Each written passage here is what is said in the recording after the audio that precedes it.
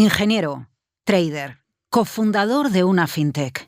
Es Javier Colón, es nuestro hombre, es nuestro trader, es nuestro Darwin.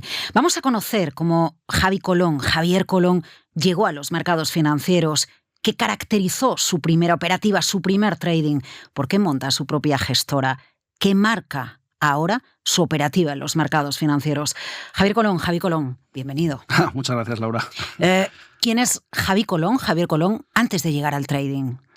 Pues a ver, era un chaval muy normal, y eso es verdad lo que me has comentado, soy ingeniero, ¿vale? Que estudié la carrera de caminos en Madrid y vamos, una vez haberte metido la paliza de estudiar 6 años, decidí seguir adelante con la carrera, ¿no? Y enseguida encontré trabajo, me llevaron a Valencia a hacer obra civil y bueno, ahí estuve 6 años en las que ya... Claro, como empecé a ganar algo de dinero, pues empecé quizás a dedicarle algo más de tiempo a mi pasión, porque es verdad que ahí mi pasión ya había nacido durante la carrera, pero donde la pude desarrollar más fue cuando empecé a tener algo de dinero ahorrado y bueno, en un momento dado de mi vida, en 2008 todo el mundo recordará que hubo una crisis bastante fuerte en el sector de construcción, entonces yo la vi venir. Y dije, bueno, pues si bien me gustaba, veía que las cosas iban a muy mal y opté pues a hacer un MBA para reconvertirme. O sea, sin tener muy claro qué es lo que quería hacer en aquel momento. O sea, sí que sabía que el paso para reconvertirme era hacer un MBA y así me volví a Madrid, hice un MBA full time en el Instituto de Empresa y ahí es donde quizás ya también empezó a descubrirme el carácter más emprendedor, porque yo no me consideraba una persona demasiado emprendedora. También percibí que, pese a ser ingeniero, dado mi pasión, pues era una persona que se me daba muy bien las finanzas. O sea, en mi clase había mucha gente que venía del sector financiero y yo sacaba las mejores notas. Además, esto está acreditado, ¿vale? O sea, sacaba muy buenas notas en todas las partes relacionadas con números y tal. Y como digo, me encontré con gente que tenía ese espíritu emprendedor y hablando con ellos y tal, yo creo que poco a poco se me fue generando eso, ¿no? Acabé el máster. Ahí en el máster ya sí que estuve operando mucho más, o sea, tenía más tiempo, tenía más dinero.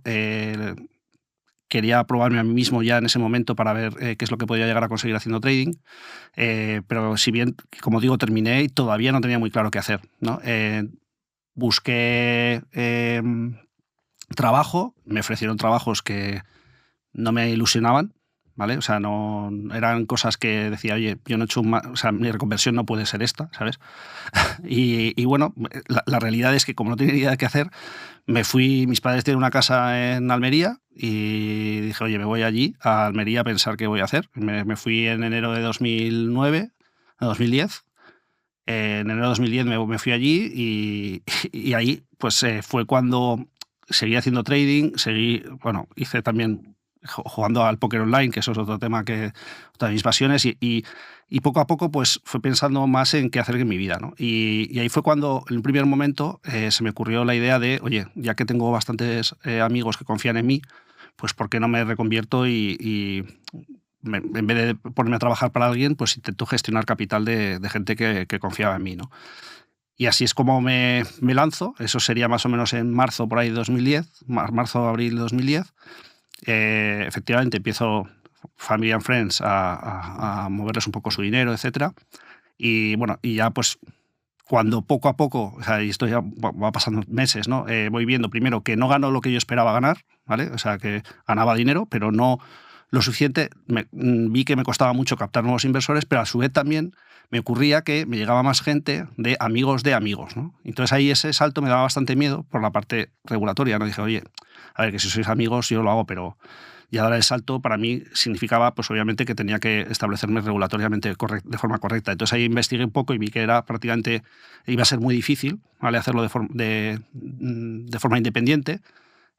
Pues probablemente tendría que haber trabajado para un tercero, que me hubiera hecho una partición de un fondo o algo que me hubiesen cedido. O sea, hay mecanismos, pero a mí no me convencía, ¿no? Y entonces, ahí fue también ese periodo, pues que claro, un poco buscándome la vida, como cualquier otro emprendedor, que se me ocurrió que podía haber más gente como yo en el mundo, ¿no?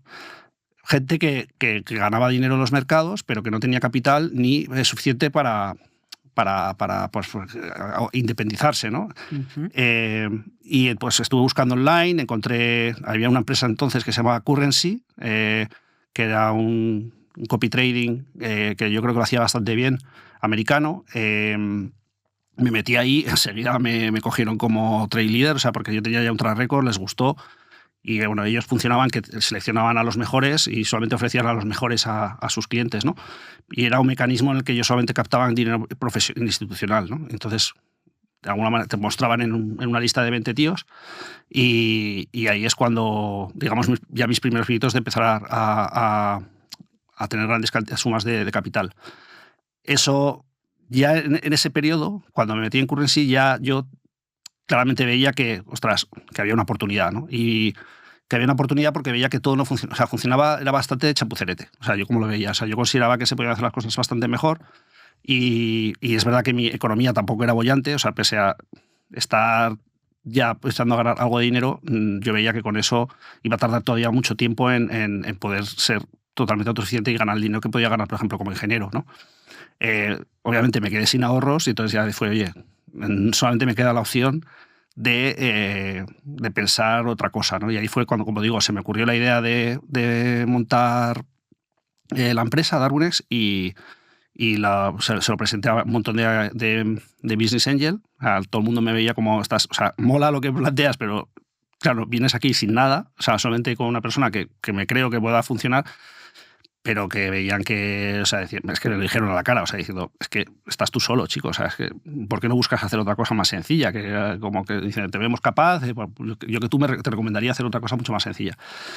Pero bueno, yo hablé con mi hermano, Juan, que en ese momento él trabajaba trabajaba en el sector financiero en una empresa que también estaba de capa caída por la crisis, la subprime y tal, que les golpeó. Entonces se estaban reconvirtiendo en una incubadora fintech, ¿vale? Que se llama Ideon. Y mi hermano trabajaba ahí y le presenté la idea. Mi hermano dijo, oye, pues justamente mis socios, o sea, mis jefes están buscando oportunidades de inversión. Y yo fui ahí, pues como digo, con un PowerPoint. Sí que es verdad que yo ya había contratado a una empresa de diseño gráfico, o sea, de usabilidad, para que vestirlo un poquito más, ¿vale? Porque es verdad que yo cuando iba ahí es que iba con un Excel, o sea, es que era lamentable, un PowerPoint nada más. Lo vestí un poquito y les gustó. Y luego es verdad que gracias sobre todo a la confianza que tenían ellos en mi hermano, ¿no? O sea, dicen, oye, si tú crees en él, nosotros también. Y fue entonces cuando aprobaron, oye, pues venga, vamos a incubar esta empresa en la que estuvimos trabajando Juan y yo 6 meses. Y en esos 6 meses pues dimos forma un poco al modelo de negocio, etcétera. Evaluar todo el tema regulatorio, etcétera. Y levantar capital, ¿no? O sea, se levantó un capital y con eso se lanzó Tracelight, que en su momento se llamaba así la empresa. Javi, eres ingeniero y desde el principio nos hablas de tu pasión. Sí. ¿Por qué se desencadena tu pasión por los mercados financieros? A ver, a mí siempre me han inquietado mucho el mundo de la bolsa y eso me inquietó un montón. O sea, yo tampoco tengo muchos recuerdos, pero mi padre sí me lo dicen. Yo, por ejemplo, estuve en Alemania con 13 años y en la familia que estuve acogida, había una persona que era fanático, ¿sabes? Y estaba siempre con él. Y su hijo le gustaba. Y entonces ahí justo hubo un curso de bolsa, nos hicieron en el colegio, fíjate, con 13, 14 años. Ahí ya se me despertó bastante interés, pero bueno, se quedó apagado, ¿no? A mí lo que me gusta mucho son los números, pero luego también yo creo que soy una persona que confía mucho en sí mismo. O sea, sí que creo que digo, oye, si esto de los mercados se trata de ser mejor que los demás, porque claramente es como lo veo, pues yo decía, oye, a mí los números se me dan bien, pues ¿por qué no meterme aquí y ver si, no solamente los números, sino ver pautas, ver la intuición? O sea, soy una persona que me considero que tengo esas cualidades.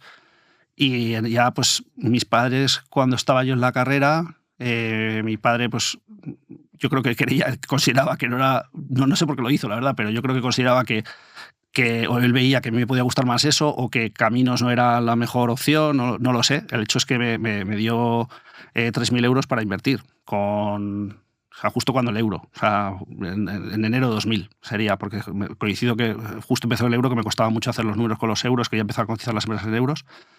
Y ahí fue cuando empecé a invertir en real, en acciones. Y me gustó muchísimo. O sea, yo ya sabía, me flipaba. O sea, yo, fíjate, estaba en Capital Radio, que por Intereconomía creo que se llamaba entonces, bueno, no recuerdo, pero que estaba entonces, yo me escuchaba la radio, o sea, yo me saltaba clases para escuchar el arrancar la bolsa a las 9 de la mañana.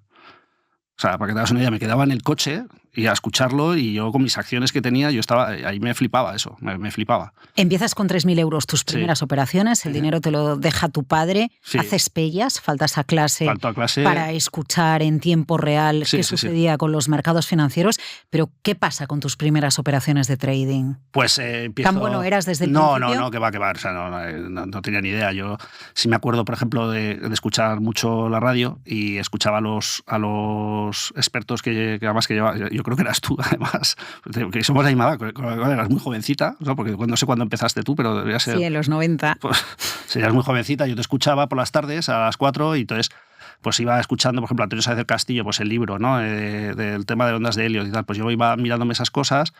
Y, sistemas de especulación en bolsa. Sí, tengo un montón de libros de teoría y yo los intentaba aplicar, pero al final, o sea, es que no tienes ni idea, o sea, te das cuenta, es que en aquella época había muy poca formación, o sea, y yo pues empecé a invertir en acciones españolas del IBEX. O sea, yo me acuerdo que compré, o sea, es que me acuerdo perfectamente que era Iberdrola y ACS, y otra más, pero Iberdrola y ACS me acuerdo mucho de haberlas comprado y de ganar las primeras operaciones, pero darme cuenta que podía haber ganado mucho más, hubiese mantenido la operación, etcétera.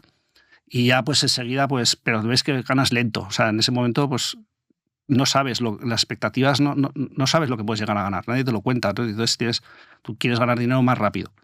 Y entonces ahí ya cometes el error de pues, meterte en acciones mucho más chicharro para intentar dar el pelotazo y tal, y lo perdí. No sé cuánto tiempo tardé, pero probablemente yo empecé luego a trabajar en 2002, pues para 2002 ya no tenía dinero.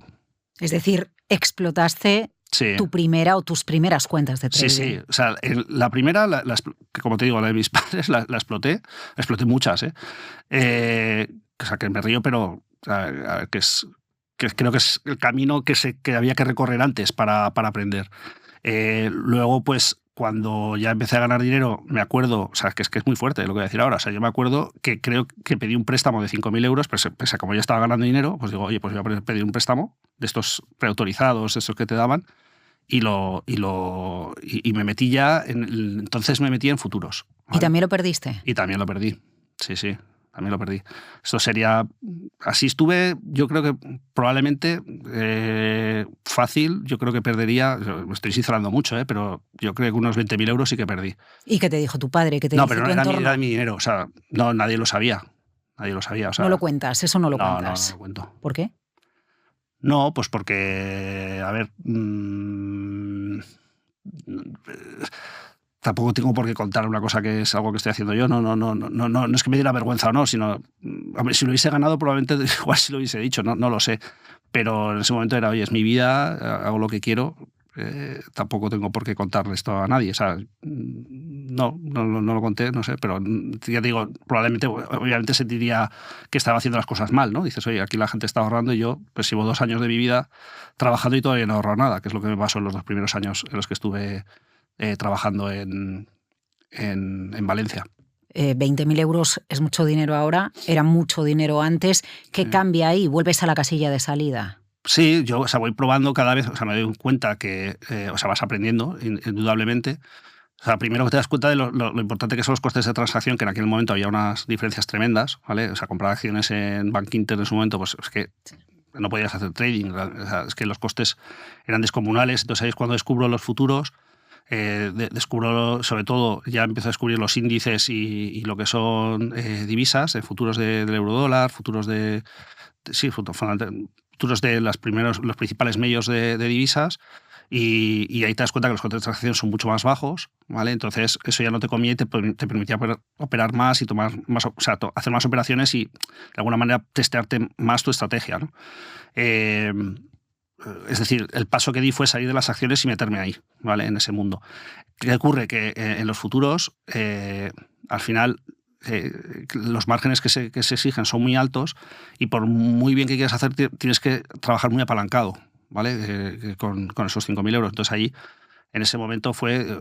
Cuando mi gran salto de calidad fue cuando descubrí el FX, ¿vale? Porque en el FX hay mucho menos... O sea, es que el apalancamiento, o sea, puedes operar con 0,01, o sea, puedes tomar posiciones de 1.000 euros y entonces no tienes esa necesidad de apalancarte con poco capital.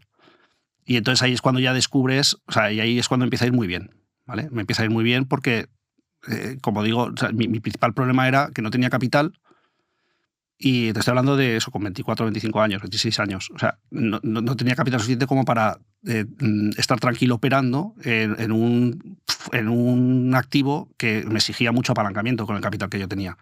Entonces no podía tomar, o sea, siempre el miedo me podía, ¿vale? Y en momento dados, muchos momentos, pues me hacía perder, ¿vale? Entonces ahí, pues eso, ya descubro, pues ahí está el auge que hubo, el boom de las empresas de FX, y yo pues ahí vi una oportunidad, lejos de pues, considerar que fuera más arriesgado y tal. Y yo dije, oye, esto a mí me resuelve la vida, porque es que con una cuenta de 5.000 euros puedo abrir operaciones de 0,01 lotes o adaptarlo exactamente a lo que mi capacidad económica me permitía, ¿vale? Y entonces ahí yo doy un salto cualitativo tremendo. Y tremendo en el sentido de que ya dejo de perder, o sea, literalmente, y empiezo a ganar. O sea, es decir, pues igual tardé de 24 a los 27 años, es ese periodo de los que salto, o sea, que me meto en futuros, que tampoco opero mucho, ¿vale? Ahí no es que operara mucho, pero ya sale todo esta nueva oportunidad, que yo lo vi como una oportunidad, y me metí ahí, pues eso, de los 27 a los 30, que es cuando ya decido irme de Valencia, yo ahí ya estoy ganando dinero. Ahí dejas tu trabajo como ingeniero, ahí ya no estás ejerciendo como ingeniero, y ahí te centras en la bolsa, en los mercados financieros, en el trading. Eso es. No, me centro, es cuando hago ese periodo de transición que quiero hacer un MBA. Claro, entre que postulo para el MBA, no sé qué, ¿sabes? Me preparo porque también quería irme a Estados Unidos, preparar el TOEFL, el GMAT, no sé qué. Pues en ese periodo pues yo hacía trading también, ¿vale? Pero ya era otra cosa, ¿sabes? Ya, digamos, que ya no me afectaban tanto las emociones, ya operaba mucho más tranquilo. Pero es un vínculo de las emociones con el trading muy anclado en la exposición al riesgo. Eso es, sí, sí. O sea, la exigencia que tienes, el operar en futuros es esa. ¿Sabes? Que o tienes 30.000 o 40.000 euros, o es que un contrato del eurodólar son 100.000 euros.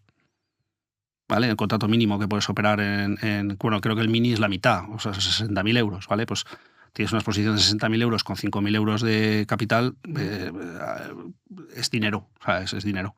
No es con lo que yo me sentía cómodo operando, desde luego. Ahí el Javi Colón trader ya no es el mismo que empieza, ya no es el mismo que apellas para poder escuchar la apertura de la bolsa. Ya había evolucionado, ya estaba en otra pantalla, ¿no? De alguna manera ya había hecho pellas de dejar mi vida, pero digo, no fue el motivante de dejar la construcción, no fue el trading.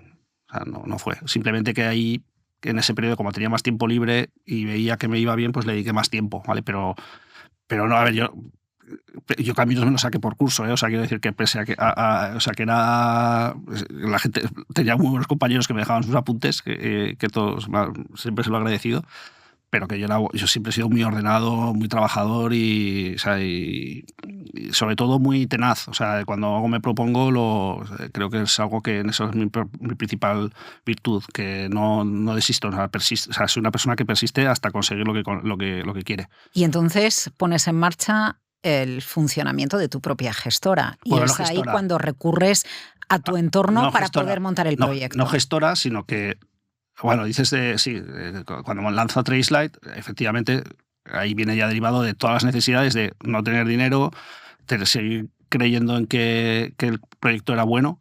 Y ahí fue cuando yo lo vi claro, ¿sabes? Y que además es que notaba que sabía. O sea, yo notaba que mi idea era buena. O sea, yo notaba que es que el mundo demandaba lo que... Que no había eso en el mercado, no estaba esa solución para los traders. No existía. Me acuerdo en aquel momento empezó eToro, o sea, yo eToro lo conocí un año antes de pensar yo en mi idea, y yo pues le veía muchos problemas. O sea, les veía pues problemas de... Si yo tengo una estrategia, si el copy trading, que es lo que empezaba a ver, y las cuentas MAM, las cuentas PAM, que luego se ha seguido creciendo, pues, ¿qué ocurre? Que el trader te ve lo que estás haciendo, ¿no? Entonces, o sea, la otra persona te está viendo, si es tu amigo no te va a replicar. El broker, la persona a la que estás... O sea, el copy trading, yo opero mi cuenta y lo que hace es que se replica en las cuentas de los clientes, pero claro, ven lo que estoy operando yo. Entonces, pueden replicarme con muy poquito dinero, ven lo que estoy haciendo yo, y luego con robots y tal pueden conseguir replicarme eso con un montón más de dinero. Entonces no me pagan realmente por el dinero que yo estoy gestionando, ¿no? Uh-huh.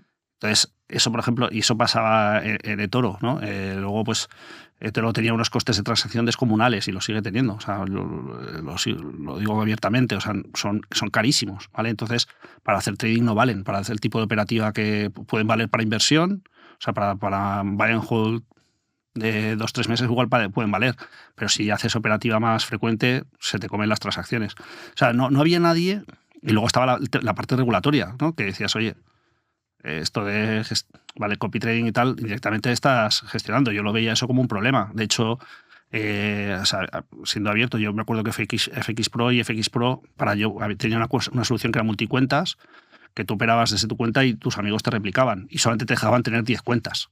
O sea, que ya el problema regulatorio ya estaba ahí, ¿sabes? Y yo usaba esa solución, de FX Pro.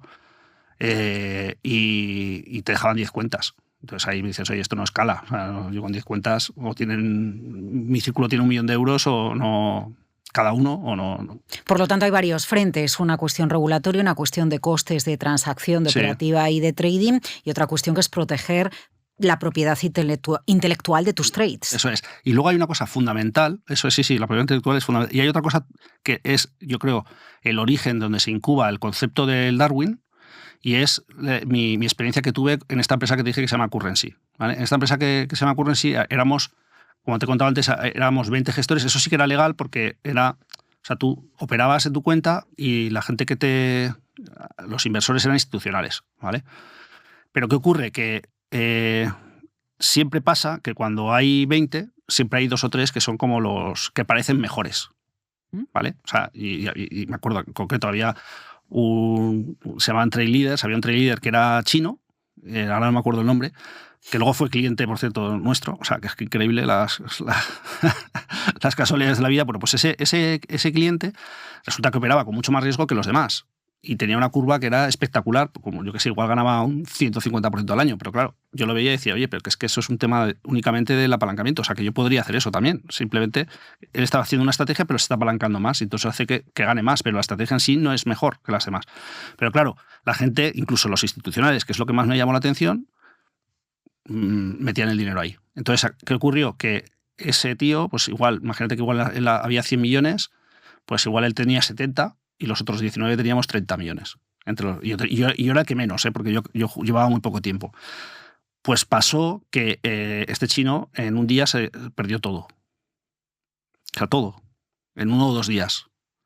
Y entonces Currency quebró, porque claro, todo el dinero que pese a estar distribuido entre varios, la gran parte estaba concentrada en él, perdieron todo su dinero en él, entonces pierde la confianza en la plataforma, y tú, que estás haciendo las cosas bien, te ves arrastrado y te vas al hoyo. O sea, no, tuvieron que cerrar.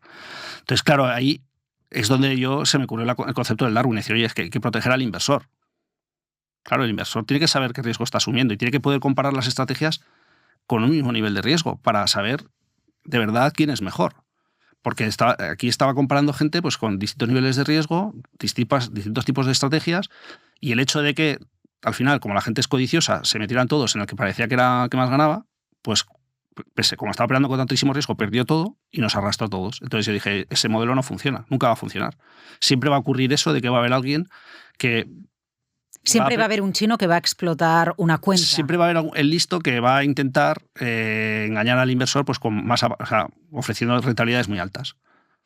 Y entonces el dinero se va a ir ahí. Y es normal que cuando tienes esas rentabilidades tan altas, al final explotes. Siempre explotas.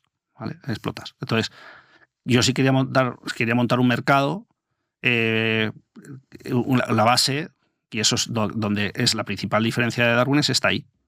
Y que es una gestora la que da garantías al inversor del riesgo que está asumiendo, adapta el riesgo al test de conveniencia del inversor, ¿vale? Y en definitiva, pues está protegido, ¿no? Sabe exactamente las expectativas que tiene de rentabilidad frente a el producto que se le ofrece están macheadas, o sea, están totalmente relacionadas. Y luego la otra virtud es que en el momento que todas las estrategias operan con el mismo riesgo, es muy fácil compararlas. O sea, es muy, muy sencillo decir esta están en igualdad de condiciones. Eso es como si en la Fórmula 1 todos llevasen el mismo coche, ¿vale? Entonces es muy fácil ver quién es el mejor piloto. Vale, y pues eso es lo que hace la gestora, ¿vale? Y eso es un poco lo que quiere decir que la principal idea vino ahí, ¿no? Dice, oye, hay nosotros tenemos que hacer las cosas bien. O sea, es innegable que tenemos dos tipos de clientes. Por un lado está el proveedor de señales o el trader, y por otro lado está el inversor. Y nosotros tenemos que proteger a ambos. Por un lado, pues protegemos la propiedad intelectual, como hemos comentado, le damos la cobertura regulatoria, pero en cambio también, o sea, es necesario que el inversor crea en que su dinero está a salvo y que pues eso, que está protegido. Entonces ahí es donde nace el concepto del Darwin y resuelve todos estos problemas. Javi, eres nuestro hombre, eres nuestro trader, eres nuestro Darwin. Y lo que necesitamos es conocer tu Darwin, necesitamos conocer cuál es tu operativa. Clave, análisis técnico, pero manual o algorítmico. O sea, yo siempre he sido trader manual, ¿vale? Y es más, o sea, creo que he sido trader manual, no porque no crea en el trading algorítmico, sino porque yo la estrategia que encontré, que me funciona y que me sigue funcionando después de, pues eso, 16 años, o sea, no ha dejado de funcionar. Es una estrategia que no me hace falta, o sea, me podría simplificar quizás el encontrar oportunidades. O sea, podría tener herramientas automatizadas que me permitan encontrar las oportunidades más rápido y no le dedicaría tanto tiempo, ¿vale? Pero luego lo que es la monitorización de la estrategia, la entrada, etcétera, yo confío mucho más en mi capacidad y mi intuición para, sobre todo, modular el riesgo que quiero tener en la posición conforme veo cómo van llegando los acontecimientos. Es decir, podría llegar de alguna manera a automatizar eso, facilitarme la vida, pero nunca delegaría en ella la gestión de riesgo que hago yo, ¿vale? Y te voy a poner un ejemplo. En el COVID. ¿Vale? En el COVID, en febrero-marzo de 2020, una explosión de volatilidad tremenda en divisas, que mucha gente, estoy seguro, que perdió hasta la camisa, sí, y algorítmicos también, ¿vale? ¿Por qué? Porque al final, quieres que no, o sea, tienes que ser muy ágil a encontrar en qué periodo del mercado estás y adaptar tu exposición un poco a esas condiciones que hay. Entonces, si una persona, que se puede hacer algorítmicamente también, pero ya es un paso más avanzado, que hace que probablemente la gente con menos conocimientos, pues probablemente ahí sufrió, ¿vale? Y de hecho es que nosotros sabemos que hay gente que sufrió porque lo tenemos datos, ¿no? Yo, por ejemplo, en esa situación, pues yo me adapté fenomenal y gané un montón de dinero, pero con mucha menos exposición de mercado, pero fui muy rápido haciendo ese cambio, ¿no? Yo, por ejemplo, es que ya hablaremos ahora un poco de la estrategia, pero si quieres hablamos de ella. O sea, yo principalmente, yo opero todo, o sea, yo puedo operar, o sea, mi estrategia funciona con todo.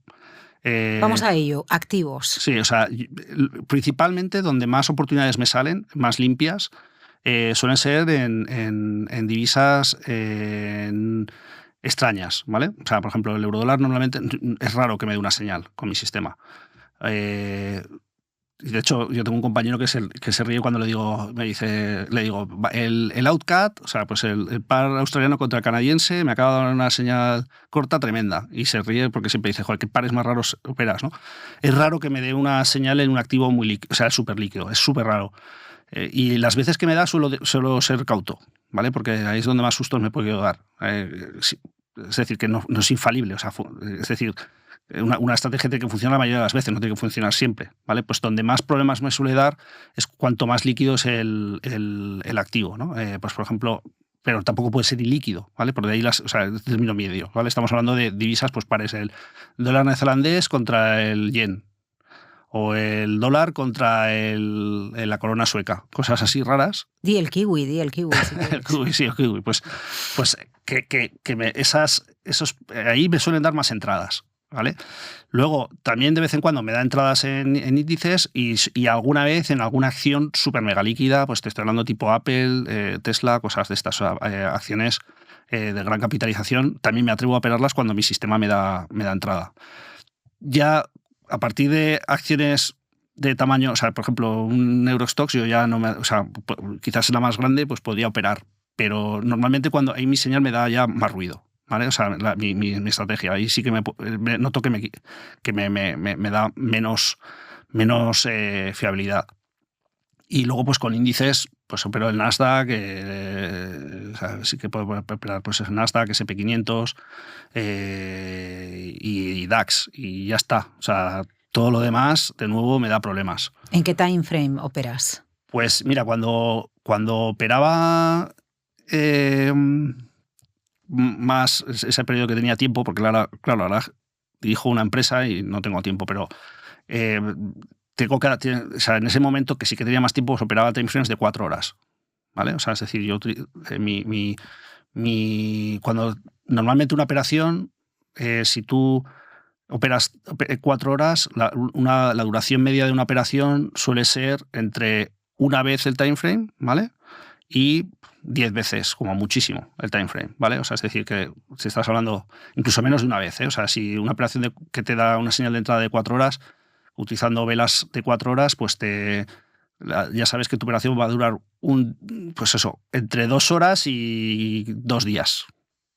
Si no has ganado dinero en ese periodo, lo normal es que ya es mejor salirte, ¿vale? O sea, es decir, ya se ha agotado la estructura que digo en mi estrategia, ¿vale? Para mí es una señal de salida cuando ya mi señal se dio hace, pues eso, 10 veces la vela, ¿vale? 10 o 40, pues en este caso 40 horas. Eso es como operaba antes. Claro, eso exige monitorizar la operación muy de cerca, porque en cualquier momento la operación va a tu favor y tienes que cerrarte en el momento óptimo, ¿no? Claro, si vas ganando, ¿qué haces? Claro, ahí es también de nuevo, hay ciertas reglas que te dicen que en función de, pues por ejemplo, si es una vela, o sea, en 4 horas, si estamos hablando de divisas, estás intentando ganar entre 40 y 80 pipos, ¿vale? O sea, es un poco va en línea con la vela o sea, con el time frame en el que operas. Si te vas a timeframes más altos, por ejemplo, semanales, pues yo ya estoy buscando movimientos de 300 pipos, ¿vale? Y ahí, o sea, yo el cambio que he dado fundamentalmente es que ahora yo ya no uso timeframes diarios y semanales, ¿vale? Pues para que te hagas una idea, semanales son operaciones que, la regla que te he dicho yo, son 10 semanas. O sea, está viva la operación 10 semanas, ¿vale? O 10, 12 semanas, pero perfectísimamente. Claro, y estoy buscando movimientos de 200, 300 pipos, ¿vale? Con lo cual no tengo que estar encima de a ver cómo va esto, ¿no? O sea, un movimiento de 200, 300 pipos no se te hace... O sea, puede ocurrir que... Es raro, pero puede ocurrir que se dé muy rápido, pero normalmente tarda días, ¿vale? Y se va formando el precio, etcétera.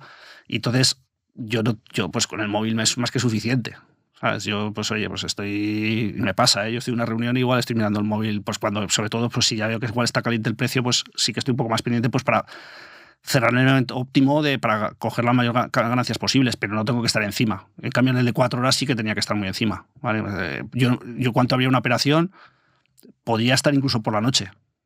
O sea, si sabía que iba a salir una noticia por la noche, podía quedarme por la noche a esperar a ver la noticia. Y no tanto porque yo podía poner un take profit, ¿vale? Automático, pero es que muchas veces el take profit te lo da también la estructura del precio. O sea, tú en función de cómo estás viendo el precio, pues puedes pensar, oye, todavía sigue teniendo esto margen de caída, ¿no? Es decir, tú no abres una operación y pones un stop loss Nunca. O pones un take profit por norma. Al llegar a determinado precio, salgo de esta operación. Al llegar a determinado precio... Nunca lo fijo por precio, sino me fijo en la estructura del precio, ¿vale? O sea, cómo se está formando el precio y cómo va avanzando. Y yo lo que sí que tengo es un orden de magnitud del que te he dicho, ¿no? O sea, pues oye, entre 40 y 80 pipos en una operación de 4 horas, o sea, en un velas de 4 horas, me parece ya sería un éxito. En el semanal, pues estamos hablando así de entre 150 y 300 pipos. Ya lo considero un éxito, ¿vale? Pero yo cuando entro no sé qué va a pasar. No sé cómo se va a mover el precio, etcétera. O sea, yo uso un indicador que es el RSI y uso el precio. Es lo único que me fijo, ¿vale? Nada más. O sea, no tengo en cuenta absolutamente nada más. Todo mío es ruido. Y de hecho, me abstraigo completamente de las noticias, de Twitter, etcétera. Me da igual. O sea, yo lo único que miro es la estructura del precio y el RSI. Absolutamente nada más. Y con eso, como ocurre es lo siguiente. A mí me da una entrada. Vamos a poner ahora, estamos hablando del Darwin STVG, ¿vale? Que es el Darwin que tengo en Darwin X0, que estoy operando, que tiene un año de vida, ¿vale? Que fue justo cuando lanzamos el servicio de Darwin X0. Entonces ahí en Darwin X0 lo que pues dije yo, que menos que, o sea, yo quiero demostrar que yo soy uno más, ¿vale? O sea, no lo hago para ganar dinero, ¿vale? A ver, yo tengo amor propio y me gusta hacer las cosas y ganar, ¿no? Pero, como digo, en Darwin Estero, o sea, mi intención es demostrar que el fundador es un trader más y que sé de lo que hablo. O sea, sé de lo que... por eso, que es la persona que está haciendo el producto y también me ayuda a perfeccionar el producto, que eso también es importante, porque el hecho de estar encima de los mercados y ver tus propias estadísticas, etcétera, pues te anima a mejorar. Entonces, en ese Darwin, en ese TVG, pues lo que opero es con velas diarias y semanales, únicamente. Y si veis mi Darwin, el Darwin STVG, fundamentalmente en este año he hecho como 4 o 5 operaciones principales, ¿vale? Y como no tengo prisa, pues hay veces que ni he estado en el mercado. O sea, ha habido meses, 1 o 2 meses, un mes y medio. O sea, en total habré estado como 2 meses fuera de mercado, sin nada abierto. Y creo que llevo ganado un 13% el Darwin con un drawdown del 4 o algo así en el primer año de vida, ¿vale? Entonces yo lo que busco es, de vez en cuando tengo tiempo y me dejan, pues me meto los gráficos. No tengo esta solución automatizada que me diga las oportunidades. Eso es verdad que lo podía haber hecho, pero no la tengo. Y yo qué sé, pues el domingo están mis hijos jugando ahí al Fortnite y yo me pongo a ver un poquito las gráficas. Y entonces me fijo que hay, imagínate que pues, por ejemplo, la última operación que me ha llevado 2 meses, que ya está cerrada y la he enganchado bien, creo que fue en el Outcat. En el Outcat, sí, me dio una posición corta ahora, que fue yo creo que a finales de noviembre. Y yo veo una oportunidad corta, ¿vale? O sea, es decir, y yo ya sé que tengo bastante certeza que el Outcat va a tener un movimiento fuerte a la baja en algún momento dado. Y te estoy hablando de un movimiento de 300, 400 pipos. Lo que no sé es cuándo se va a producir, ¿vale? Sé que va a haber una oportunidad para enganchar 300, 400 pipos. Entonces yo en ese momento... en Darwin Estero lo que dispones es dinero virtual, son $100.000, ¿vale? Entonces yo digo, pues oye, Javi, para que no se... Fíjate la manera de operar, para que estar encima voy a comprar una pequeña parte, voy a poner ya corto una pequeña parte de esos $100.000 virtuales para monitorizarlo, para asegurarme que estoy... O sea, a obligarme a seguir el precio, ¿vale? Porque es que tampoco tengo mucho tiempo, pero fíjate que es efectivo, ¿vale? Y yo ya sé que va a haber un movimiento a la baja muy fuerte en los próximos 2 meses, como te he dicho. Y todo esto al margen de los tipos de interés y de la inflación, nada. sin atender a las noticias. Nada, cero. Entonces, yo en ese momento digo, vale, Javi, ya sé que aquí va un latigazo en algún momento, bueno, tengo que seguirlo. Y entonces abro, imagínate, si la máxima exposición que puedo llegar a tener yo abierta, o sea, yo opero la cuenta de Darwin Estero, yo la opero como si fuera mi dinero, ¿vale? O sea, en términos de riesgo, ¿vale? Entonces, con $100.000, yo más o menos, en mi máxima exposición, cuando ya veo que se va a dar el latigazo o se está empezando a dar, yo sé que le voy a meter 2 contratos, ¿vale? Que equivale a 200.000, ¿vale? Es un apalancamiento de 2 a 1. Pero yo lo que hago es, para monitorizarlo, pues abro 100.000. O sea, perdona, 200.000, son 2 millones, ¿vale? O sea, 2 lotes, perdón, son 200.000, abro 0,1, que son 10.000, ¿vale? O sea, abriría 10.000. Y ya lo monitorizo. Entonces, ¿qué ocurrió por esta operación del Outcat? Que estamos hablando hoy, que es ahora es febrero de 2024. Yo esa operación creo que la abrí a principios de noviembre y la abro con muy poco. Entonces, yo intento ver cuando el precio está empezando a dar señales de que se va a pegar un latigazo. Entonces, hago cosas como, por ejemplo, oye, miro las noticias, va a haber noticia en el Outcat, o sea, en el dólar australiano o en el canadiense. Esta noche sí, pues venga, voy a abrir un poco. Si está alto el precio, voy a abrir un poquito más para ver si es ahora el momento cuando va a enganchar, ¿vale? Que no, pues lo vuelvo a cerrar al día siguiente y lo voy monitorizando. Y esta posición del Outcat, por ejemplo, se me fue muy a mi contra. O sea, subió mucho. O sea, igual desde que entré yo, igual subió 150 o 200 pipos, o sea, un montón. Pero yo sabía que eso a mí no me preocupaba porque tenía muy poco abierto y todavía está monitorizando a ver cuándo se producía el latigazo.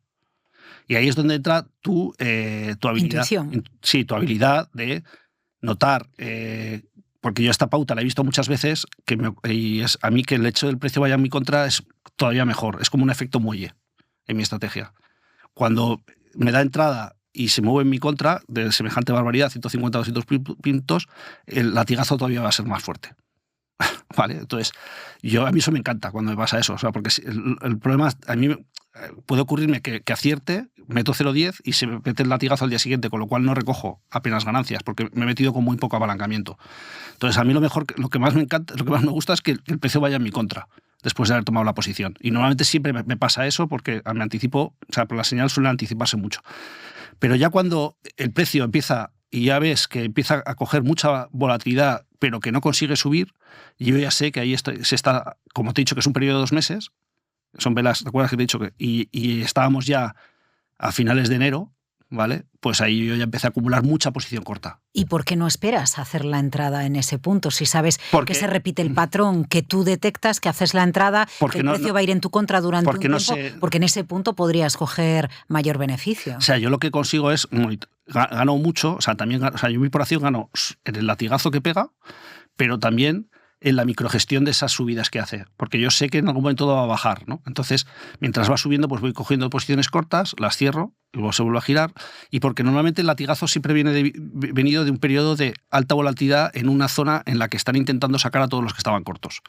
Es decir, el latigazo corto se produce cuando ya han expulsado a todos los que se han puesto cortos como me había puesto yo, cuando ya han expulsado a todos.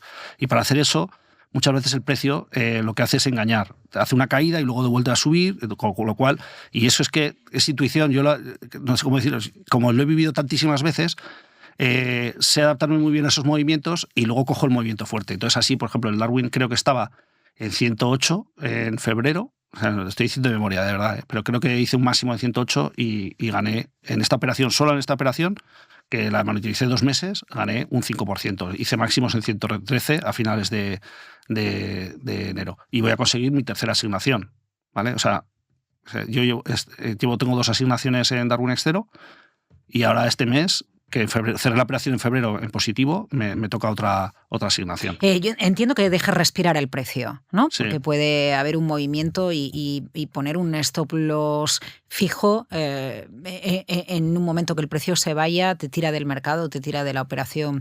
Pero, ¿qué es lo que te acaba por decidir salir de una operación? Es una cuestión... Sí, si va en mi contra, o sea, sí que... A ver, yo he dicho que el take profit... Yo más o menos sé que tengo que intentar enganchar 200, 300 pipos desde el comienzo de la caída, ¿vale? O sea, no desde donde me ha dado la señal. O sea, imagínate que la señal me dio en 0,88. Yo creo que el precio se fue a 0,90, ¿vale? Pues yo sé que tiene que haber una caída más o menos de entre 200 y 300 pipos desde el máximo, de esos 0,90. Entonces ya cuando se fue a 0,87, que tocó la zona 0,87, yo creo que 0,88 deshice bastante posición, y ya en 0,8750 la deshice por completo, ¿vale? Yo, porque sé que el rango, o sea, como sé que es semanal, sé que ese movimiento tiene que ser de 200, 300 pipos, ¿vale? Con el cual el trade profit es muy sencillo. El que es más complicado es el stop loss, que me sucede, por ejemplo, en el Nasdaq. Mi única operación perdedora del año pasado fue en el Nasdaq.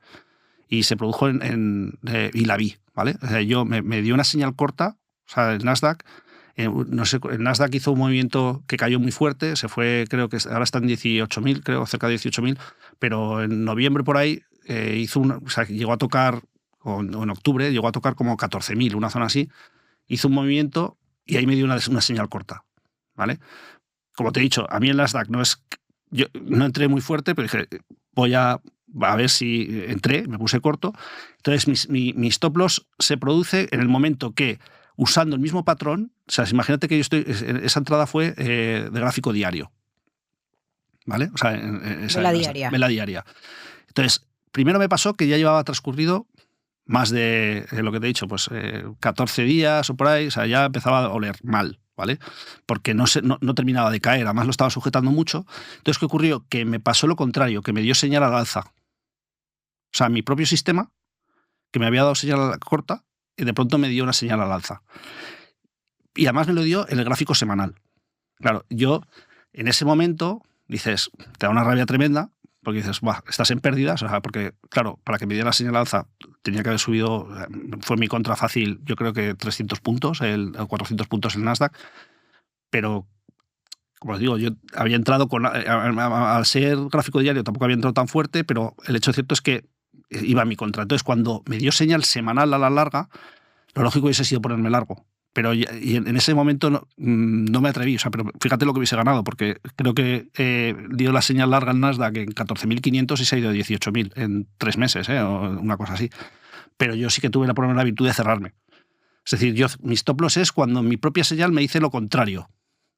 O tarda mucho tiempo en desarrollarse la estructura, que es lo que te he comentado antes, ¿no? Si de pronto O sea, el gráfico semanal lleva 3 meses y eso no termina el precio no termina de darme la razón, me salgo y pierdo.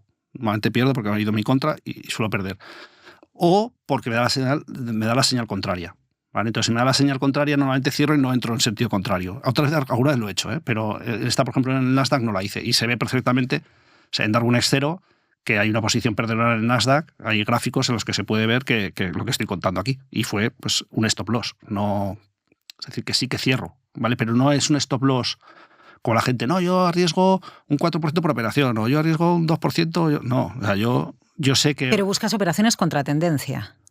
No tiene por qué ser contra tendencia. De hecho, no tiene por qué. O sea, la señal me puede dar contra tendencia. Lo más probable es que sí que me dé contra tendencia, pero me puede dar también a favor de tendencia. Por ejemplo, está el Nasdaq que me dio, que el giro fue, o sea, yo me quiso poner corto que era a favor de tendencia porque estaba cayendo, y luego se me giró y me dijo que era contra tendencia porque me tenía que haber puesto largo, y la buena fue contra tendencia, pero me funciona en ambos sentidos.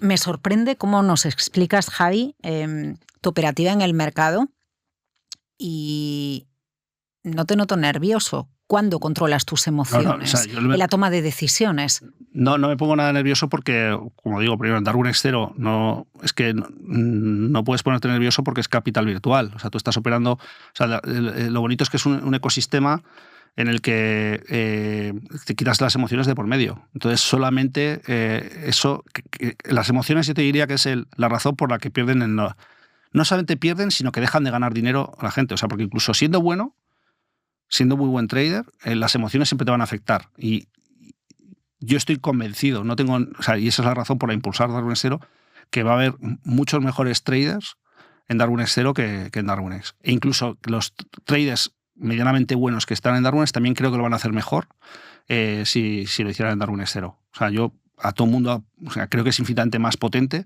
demostrar tu valía como trader en un entorno sin emociones, ¿vale? Entonces, yo ya llevo mucho tiempo que no he tenido emociones, porque cuando he operado una cuenta real ya operaba por placer. O sea, no operaba por ganar dinero. De hecho, sí, no operaba por ganar excesivamente dinero porque tengo un trabajo, etcétera, y pues, oye, pues si me consigo. O sea, entendemos la emoción como la avaricia, no la pasión por el Es que yo la emoción, yo creo de verdad que en el momento que hay emociones en el mercado es que estás haciendo algo mal. O sea, de verdad lo pienso. O sea, yo ya hace tiempo que no... O sea, tengo la emoción de haber hecho algo correcto. Y es más, o sea, yo, por ejemplo, la operación esta que te conté del Nasdaq, tú cuando pierdes una posición y has acertado, yo me alegro. O sea, mi emoción no es... O sea, en primer momento es, vaya, pero porque es parte del juego. Pero dices, jolín, qué bien lo he hecho. O sea, que bien, o sea, es que mejor imposible. O sea, me cerré en el momento oportuno. ¿Sabes? Y pese a que era una posición perdedora. Entonces, como digo, o sea, yo creo que el trading es una actividad que tiene que ser muy divertida, y lo es. De hecho, hay muchísima gente que le encanta. Pero yo no creo que la diversión esté ligada a ganar dinero. O sea, es como otra actividad más. O sea, tú puedes hacer trading, pasártelo fenomenal y ganar poco dinero, pero disfrutando de la pasión de ser capaz de batir al mercado.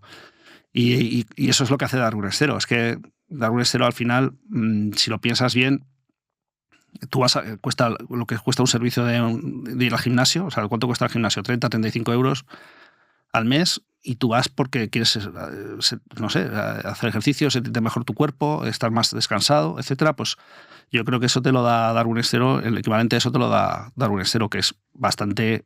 Claro, esto es digamos que es como la segunda evolución de mi visión, ¿no? De lo que yo he aprendido estos años con cuentas reales, viendo y entrevistando a mucha gente. La iteración fuerte, o la más, digamos, yo diría más estimulante para mí, ha sido Darwinex 0 por esa razón, porque creo que vamos a conseguir que el trading sea una cosa divertida.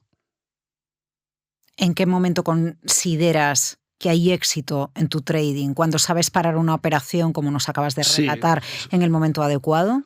Primero cuando estás tranquilo, eso yo creo que ya es un éxito. O sea, que y las emociones no, es que el problema está que la gente dice, no, es que las emociones me afectan a mi trading, pero es que las emociones también te afectan a tu vida cotidiana. O sea, y eso es todavía peor. A dormir, a que si duermes mal ya pues con tu pareja puedes tener problemas, etc. O sea, que te afecta en todo. Entonces, el trading, el momento que hay emociones es que estás operando con más apalancamiento del que deberías. Entonces, una vez que te llegan las emociones, sin duda es la sensación de ver que eres capaz de batir al mercado. O sea, eso sin duda. O sea, eso es lo que te hace sentido. Y, joder, es que como lo he visto, ¿no? O sea, la sensación esta operación que te he escrito en la Outcat, yo es que la estoy contando aquí, pero que es que yo se lo he ido contando a mi amigo, a jefe de operaciones, que vamos juntos a comer, yo digo, mira, y se lo he dicho a varios, decir, oye, esta posición de la Outcat vais a ver cómo se va para abajo, y se va para abajo, ¿ves? Y decirle, te lo dije, ¿ves? Esa sensación para mí a mí me gusta un montón, pero tampoco tengo por qué demostrárselo a nadie, ¿eh? O sea, a mí lo que me gusta es ver que después de muchos años de esfuerzo, pues que yo soy, en ese sentido soy independiente. También te da mucha seguridad. Yo, por ejemplo, cuando te dice la gente, no, yo quiero invertir en indexados o no sé qué, dónde invierto, tal, y yo ese problema no lo tengo. Porque yo sé perfectamente dónde invertir. O sea, no tengo la necesidad, pero si tuviera necesidad o tuviera mucho capital, porque ahora no lo tengo todo invertido en la empresa, pero si yo tuviera ahorros, o sea, yo no tendría ese problema de dónde invertir. O sea, sabría perfectamente lo que hacer y eso también te da mucha tranquilidad. Yo que no sabría lo que hacer, si quiero invertir, por ejemplo, en tu estrategia, lo que necesito es ver tu estrategia. O sea, tú podrías, efectivamente, o sea, cuando el Darwin STVG no está abierto a inversión porque hay que alcanzar un mínimo. O sea, solamente abrimos aquellos que ya consideramos que han cumplido los mínimos para poder ponerse a disposición de los inversores. Llegado ese momento, pues sí que podrías invertir en lo que yo hago yo. Porque yo voy a ver tu track record. Sí, tú ves el track record, ves si la persona lo que te está diciendo te convence o no, ¿vale?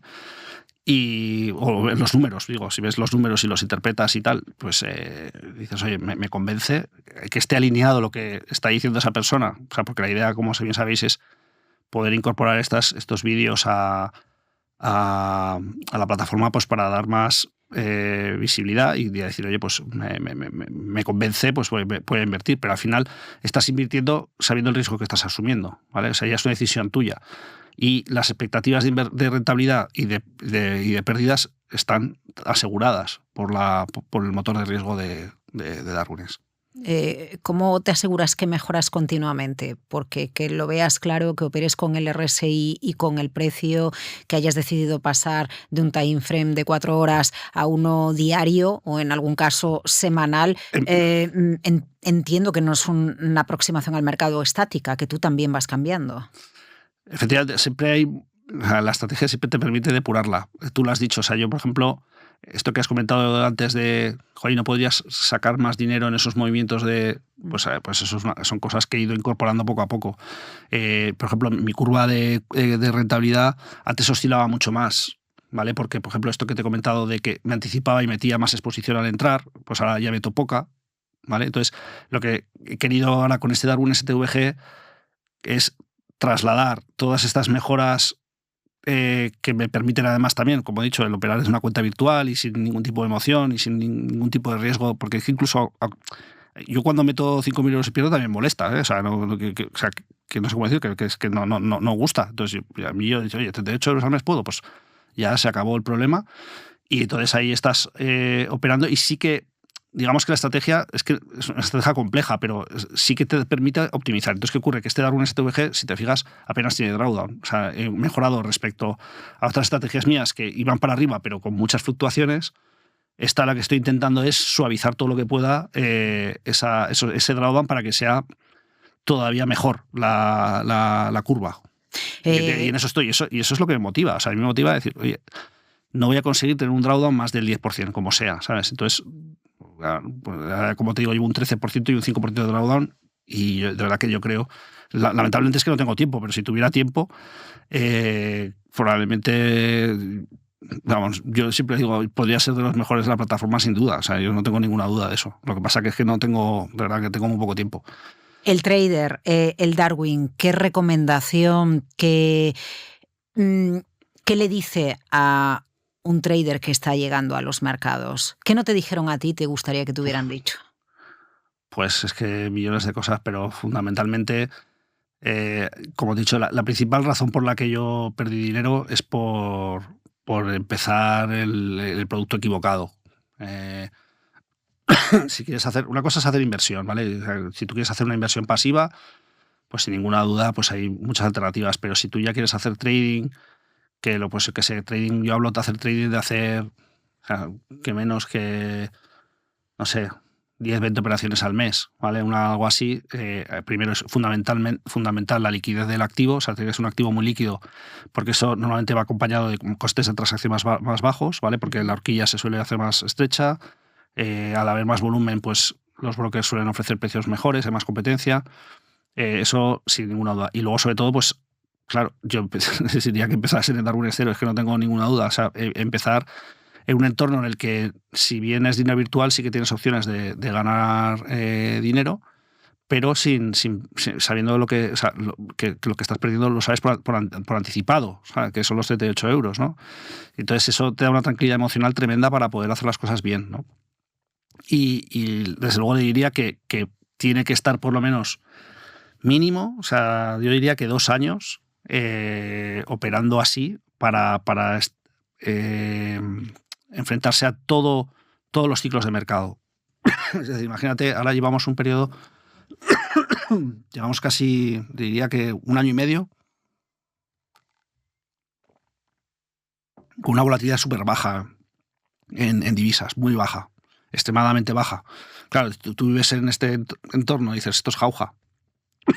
Pero claro, luego te viene un COVID o un Brexit o una cosa de estas o cuando ganó Trump, o que pronto anunciaron una baja de tipos de un punto de un día para otro que nadie se lo espera. O sea, claro, te pillas una de esas y si estás con dinero real es que te la vas a pegar si no lo has vivido antes. Bueno, y si no has limitado el riesgo, si no has aprendido a controlar las emociones, a tener un sistema claro, a irlo perfeccionando. Javi, te vamos a hacer una ronda de preguntas. Te pido respuestas breves, ¿de acuerdo? Venga. ¿Una comida o snack favorito? Pues no sé, el ternasco de Aragón. 3 cosas sin las que no puedes vivir. Pues sin duda la familia, amigos y el descanso. ¿Qué te llevas a una isla desierta? A mi familia. No sé, o sea, sin duda. O sea, yo creo que estando con mi familia no me haría falta nada más. Un placer que te genere culpa. Uf. Pues probablemente fumar o... Entiendo que sí, yo creo que fundamentalmente fumar, sí. ¿Qué incluimos en tu bucket list? ¿Cómo que bucket list? ¿Qué es eso? Bueno, pues lo que quieres es ese deseo que quieres cumplir y que te gustaría, tu gran deseo para cumplir. A ver, un lugar para ir. No, mi deseo así, ya hablando de cero, o sea, de verdad que me encantaría que resolviera, o sea, que la gente disfrutase del trading. O sea, eso es diría que joder, es mi misión vital ya, porque ya llevo 15 años y creo que haber dado con la tecla para que el trading sea divertido y no suponga ningún sufrimiento a nadie. Un superpoder, elige uno, el que quieras.